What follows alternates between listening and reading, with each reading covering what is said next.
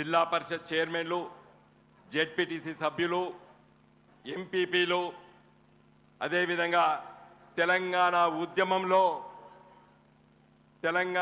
ఉద్యమంలో ముఖ్యంగా మన కరీంనగర్ జిల్లాలో చాలా మంది సీనియర్ నాయకులు ఉన్నారు వేదిక పైన.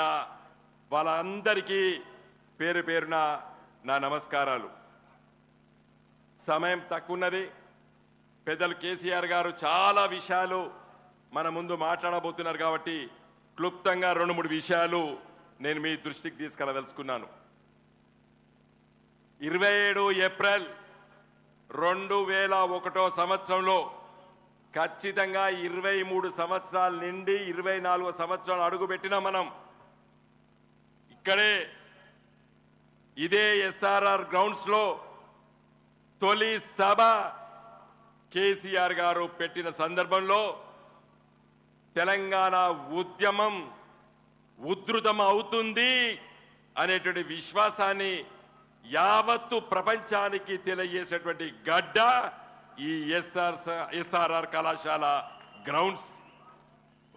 మరి రాబోయే పార్లమెంట్ ఎన్నికల్లో తొలి సభ కూడా మన నాయకులు కేసీఆర్ గారు ఇదే ఎస్ఆర్ఆర్ గ్రౌండ్స్ నుండి ఇవాళ ఈ సభ ప్రారంభించి ఈ ఎన్నికల బరిలో మన గులాబీ జెండా తెలంగాణ రాష్ట్రంలో ఉన్నటువంటి 17 పార్లమెంట్ సీట్లు పోటీ చేసేటువంటి సందర్భంలో మన సభ మొదటి సభ. ఈ సభ ద్వారా చాలా విషయాలు చెప్పవలసి ఉంది. మీడియా ప్రపంచం ఉంది.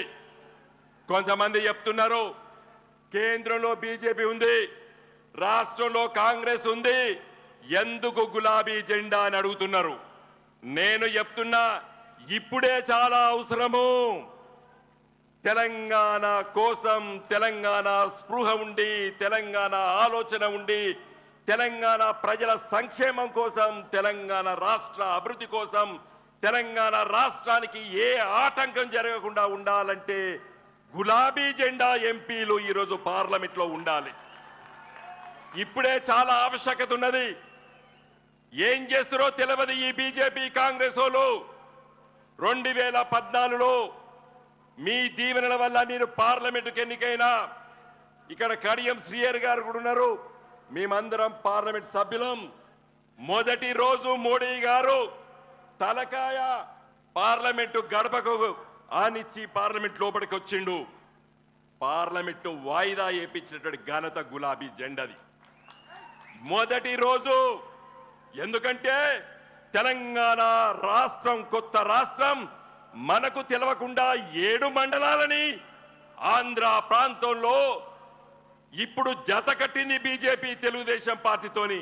నాడు జతకట్టి చంద్రబాబు నాయుడు మాట విని తెలంగాణలో ఉన్నటువంటి 7 మండలాలు తీసుకుపోయి ఆంధ్రప్రదేశ్ రాష్ట్రంలో కలిపితే మన నాయకుడు కేసీఆర్ గారి ఆదేశాలను బట్టి మేము గొంతు చించుకొని ఆ రోజు పార్లమెంటు వాయిదా వేసినాం.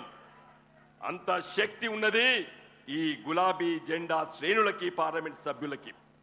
తదనంతరము పార్లమెంట్ లో చాలా విషయాలపైన పోరాటం చేసినాం. మోడీ గారు ప్రధానమంత్రి 10 సంవత్సరాలు, 5 సంవత్సరాలు నేను ఎంపీ కరీంనగర్ నుండి, 5 సంవత్సరాలు బండి సంజయ్ గారు ఎంపీ. నేను తీసుకొచ్చిన చెప్తా, ఆయన ఏం తీసుకొచ్చిందని అడుగుతున్నా. 5 సంవత్సరాల లోపల 5 రూపాయలు తీసుకురాలేదు కరీంనగర్ పార్లమెంట్ నియోజకవర్గానికి. ఇంతకుముందు మిత్రులు మాట్లాడినట్టు కరీంనగర్ నగరాన్ని 1000 కోట్ల రూపాయలు ఇవాళ కరీంనగర్ నగర అభివృద్ధి కోసం స్మార్ట్ సిటీ పేరిట తీసుకొచ్చినాం. గౌరవనీయులు మన ముఖ్యమంత్రి కేసీఆర్ గారి సూచన మేరకు ఆ రోజు తెలంగాణకు 2 వస్తే హైదరాబాదు, కరీంనగర్, వరంగల్ అంటే హైదరాబాద్ నగరంలో ఉప్పేసి పొత్తుకూడతారు వాళ్ళు. వద్దు, కరీంనగర్ ఆలోచించు, వినోద్ మరి వస్తుందా అన్నారు. కరీంనగర్ అర్హత లేదు.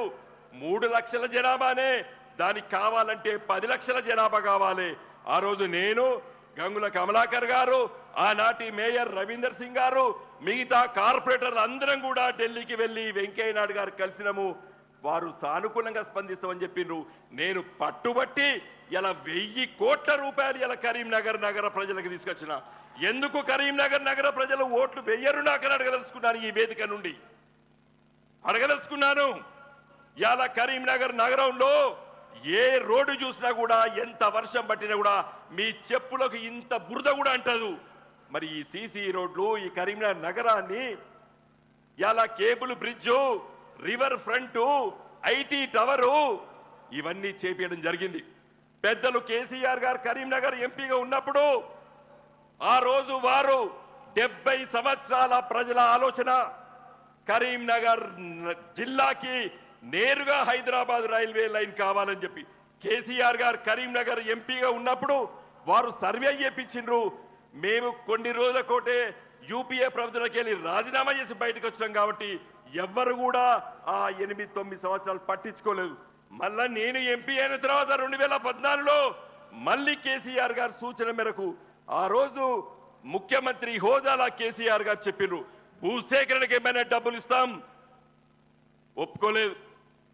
1/3% డబ్బులు అంటే 1000 కోట్లు ఖర్చు అయితే 300 కోట్లు నువ్వే ఇవ్వాలంటే కూడా 3000 కోట్ల ప్రాజెక్టుకు 900 కోట్లు నేను ఇస్తా అని చెప్పి కేసీఆర్ గారు చెబితే కూడా ఒప్పుకోలేదు.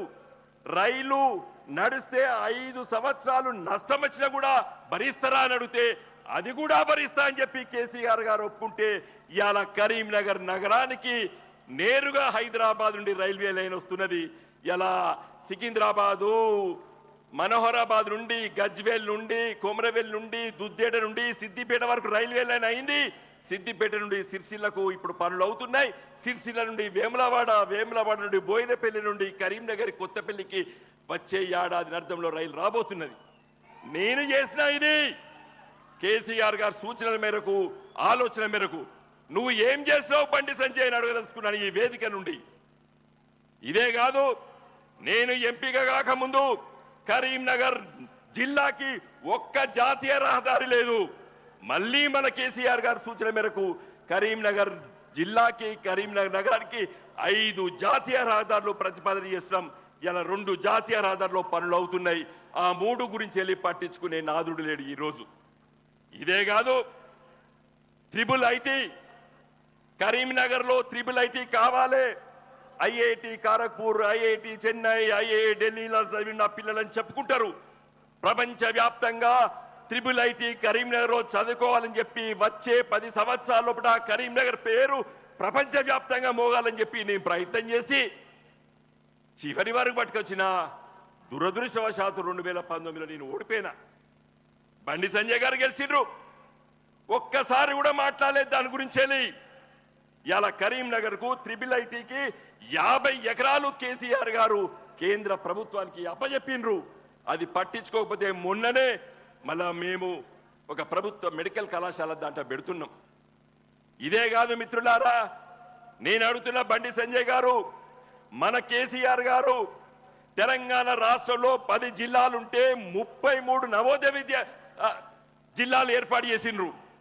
33లో 9 పాత జిల్లాలకు ఉన్నాయి. ఇంకా 23 రావాలి. ఒక్కసారి పార్లమెంట్ లో మాట్లాడలేదు. ఈ 4 బీజేపీ ఎంపీలు ఏం చేసిండ్రు? 5 సంవత్సరాల ఈ 4 ఎంపీలు గది కూడా తీసుకురాలేదు తెలంగాణకి.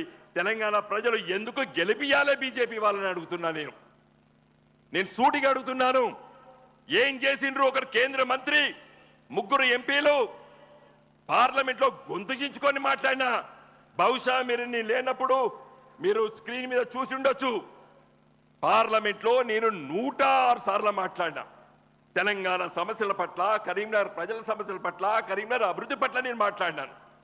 మిత్రులారా, ఇంకా చాలా విషయాలనే చెప్పుకోబోతే ఇంకా ఎన్నికలు నెల రోజులున్నాయి. ప్రతి సభలో చెప్తా, నేను ప్రతి విషయాలు చెప్తా. ఎందుకు తెలంగాణ ప్రజలు గులాబీ జెండా ఎంపీలు పార్లమెంట్ లో ఉండాలని. చివరిగా ఈరోజు బీజేపీ ఎంపీ బండి సంజయ్ గారిని ఇవన్నీ మాట్లాడుతుంటే ప్రతి ఊర్లో ఫ్లెక్సీ పెట్టిండు. నేను ఈ పని చేసినా, ఆ పని చేసినా అని పెట్టిండు. ఏం చేసిండ్రా బిడ్డ అని చెప్పి మా వాళ్ళందరూ అడిగితే నాకు వాట్సాప్లో పెట్టిండు. నేను కూడా ఊర్లు విస్తృతంగా తిరుగుతున్నా గత 3 మాసాల నుండి. జాతీయ ఉపాధి హామీ పథకానికి 90 కోట్ల రూపాయలు మీ ఊర్లో పెట్టిండు అని చెప్పిండు. జాతీయ ఉపాధి హామీ పథకము 20 ఏండ్ల కింద మన్మోహన్ సింగ్ గారు ప్రధానమంత్రి ఉన్నప్పుడు, ఆ రోజు నేను కేసీఆర్ గారు మీ అందరం ఎంపీలు ఉన్నప్పుడు ఆ జాతీయ ఉపాధి హామీ చట్టం వచ్చింది. ఈయనకేం సంబంధం? చట్టం ద్వారా ప్రతి గ్రామాల పోయి ఎవరినడిగినా చెప్తారు 100 రోజులు పని దినం అది మా హక్కు అని చెప్తారు. ఇది నేను తెచ్చిన అని చెప్తాడు. ఇంకొకటి అంగన్వాడీ ఆడబిడ్డలకు పోషకాహారం ఇస్తారు, అది రాసుకున్నాడు. అది మనమందరం ఇక్కడ ఉన్న వాళ్ళు ఎవ్వరు ఉట్టక ముందు భారత ప్రభుత్వం ఇంట్రడ్యూస్ చేసింది. అది నెహ్రూ గారి కాలంలో, అది కూడా ఆయన ఇచ్చినట్టు రాసుకున్నాడు. ఒక్క పని పార్లమెంట్ సభ్యుడిగా ఒక్క పని చేసిండానని ఈ వేదిక నుండి అడగదలుచుకున్నాను. మిత్రులారా, ఇక్కడ వచ్చినటువంటి బీఆర్ఎస్ పార్టీ శ్రేణులు, సామాన్య ప్రజలందరినీ విజ్ఞప్తి చేస్తున్నా, ఈ వచ్చే నెల రోజులు చర్చ పెట్టండి. ఎవరు ఉండాలి పార్లమెంట్లో? పని చేసేవాడు ఉండాలనా? తెలంగాణ ప్రజల పట్ల స్పృహ ఉండేవాడు ఉండాలా? లేకపోతే గాలి మాటలు మాట్లాడేవాడు ఉండాలా? ఇలా ఎమ్మెల్యే ఓడిపోతే ఎంపీ అటవీలకి చిత్తశుద్ధి ఉంటే నువ్వు ఎమ్మెల్యే దగ్గరే ప్రయత్నం చేసుకోవాలి. ఎంపీకి ఎందుకు వస్తున్నావు? ఇదేమైనా పునరావాస కేంద్రమా? ఎంపీ ఎందుకు పోటీ చేసినావు నువ్వు మన ఎమ్మెల్యేగా? నీకు ప్రేమ ఉండి పార్లమెంట్ సభ్యుడిగా పనిచేయాలంటే నేనున్నా. నేను కేసీఆర్ గారికి దండం పెట్టి నాకు ఎమ్మెల్యే సీట్ ఇవ్వడం ఇవ్వకపోయినా కేసీఆర్ గారు, నేను లేదు, నేను పార్లమెంట్లో ఉండాలి. పార్లమెంట్ ద్వారానే మన రాష్ట్ర ప్రజలకి, మన పార్లమెంట్ నియోజకవర్గ ప్రజలకి సేవ చేయడానికి నేను అంకితంగా ఉన్నాను. దయచేసి మిత్రులారా, చిత్తశుద్ధి ఉండి ఎవరు ఏ పని చేయాలో ఆ పని చేసేటోడు ఉండాలి. ఓడిపోతే ఎమ్మెల్యేకి మళ్ళీ ఎంపీకి వస్తావా? ఎందుకు వేయాలి నీకు ఓటు? నువ్వు నిజంగా పార్లమెంట్ సభ్యుడిగా ప్రేమ ఉంటే ఎంపీగా ఉండనుంటివి. ఎమ్మెల్యేగా ఓడిపోతావు, సానుభూతి అంటావు, వేరే విషయాలు మాట్లాడతావు, పార్లమెంటుగా పోటీ చేస్తావు.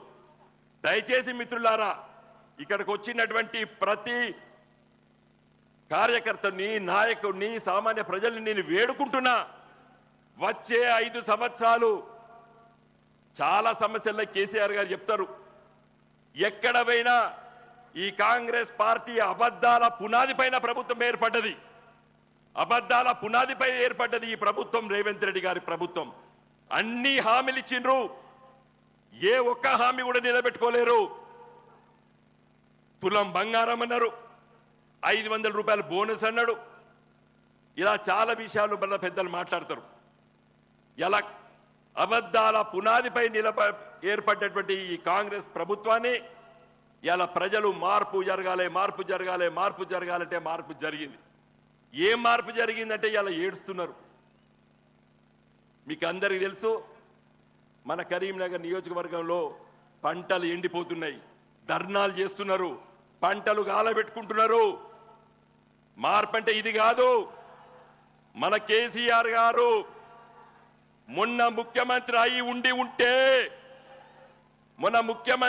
ఉండి ఉంటే మేడిగడ్డ దగ్గర అక్కడ కూర్చొని ఇంజనీర్లను చెప్పి ఒక కాఫర్ డ్యామ్ కట్టించి, అవసరం ఉంటే ఒక 1000-2000 టిప్పర్లు తెప్పించి, మట్టి తెప్పించి తొక్కిచ్చి అక్కడ కాఫర్ డ్యామ్ కట్టి ఇలా నీళ్లు ఆపుతే మన మిడ్ మానేరు ఎల్ఎండి నింపి ఇలా ప్రతి చెరువు కుంటను నింపి ఇప్పుడిప్పుడే పుట్టకస్తున్నటువంటి వరిని కాపాడి ఇలా రైతుల్ని బాగుపరిచేటువంటి గొప్ప నాయకుడు మన కేసీఆర్ గారు. ఇప్పుడు ప్రజలు గుర్తించిండ్రు, మార్పు అంటే గిది అనుకోలేదు సారు, మేము మళ్ళీ మార్పు జరగాలే అంటున్నారు. ఏం మార్పురా బిడ్డ అన్న, మళ్ళీ కేసీఆర్ రావాలే అంటున్నారు. కాబట్టి దయచేసి ఈ స్ఫూర్తితోని మనం ముందుకెళ్తాము. మనం ఈ పార్లమెంట్ ఎన్నికల్లో మన అభ్యర్థుల్ని గెలిపించుకుంటాం. కరీంనగర్ పార్లమెంట్ నియోజకవర్గంలో కేసీఆర్ గారు మన పార్టీ నిర్ణయాన్ని చేసి నన్ను అభ్యర్థిగా పెట్టినందుకు మీ ముందు వారికి నేను ధన్యవాదాలు తెలియజేస్తూ ఒకటే హామీ ఇస్తున్నా, రానున్న 5 సంవత్సరాల్లో పార్లమెంట్ సమావేశాలప్పుడు ఢిల్లీలో ఉంటా. ఎందుకంటే సమస్యలు తీసుకెళ్లి మాట్లాడాలి. రాష్ట్ర సమస్యలుంటే హైదరాబాద్ పోతా, మిగతా దినాలన్నీ మీ మధ్యలోనే ఉంటా. మళ్ళీ మన ప్రభుత్వం వచ్చేంత వరకు ప్రతి ఊరు ప్రతి కార్యకర్త తిరిగి మన పార్టీని బలోపేతం చేసి నిన్నొకరు చెప్పిన వాకిన్ ఇంటర్వ్యూస్ ఉంటాయి. వాకిన్ గవర్నమెంట్ మనది, వచ్చేది వాకిన్ గవర్నమెంట్. ప్రజలు ఇప్పటికే నిర్ణయం చేస్తున్నారు, వచ్చేది మన ప్రభుత్వం. కాబట్టి కష్టపడి పనిచేద్దాం, ఆ స్ఫూర్తితోని ముందుకెళ్దాం. ఈ ఎన్నికల్లో దయచేసి మీరందరూ కష్టపడి నన్ను గెలిపించవలసిందిగా ప్రార్థిస్తూ సెలవు తీసుకుంటున్నా. జై తెలంగాణ, జై తెలంగాణ, జై తెలంగాణ.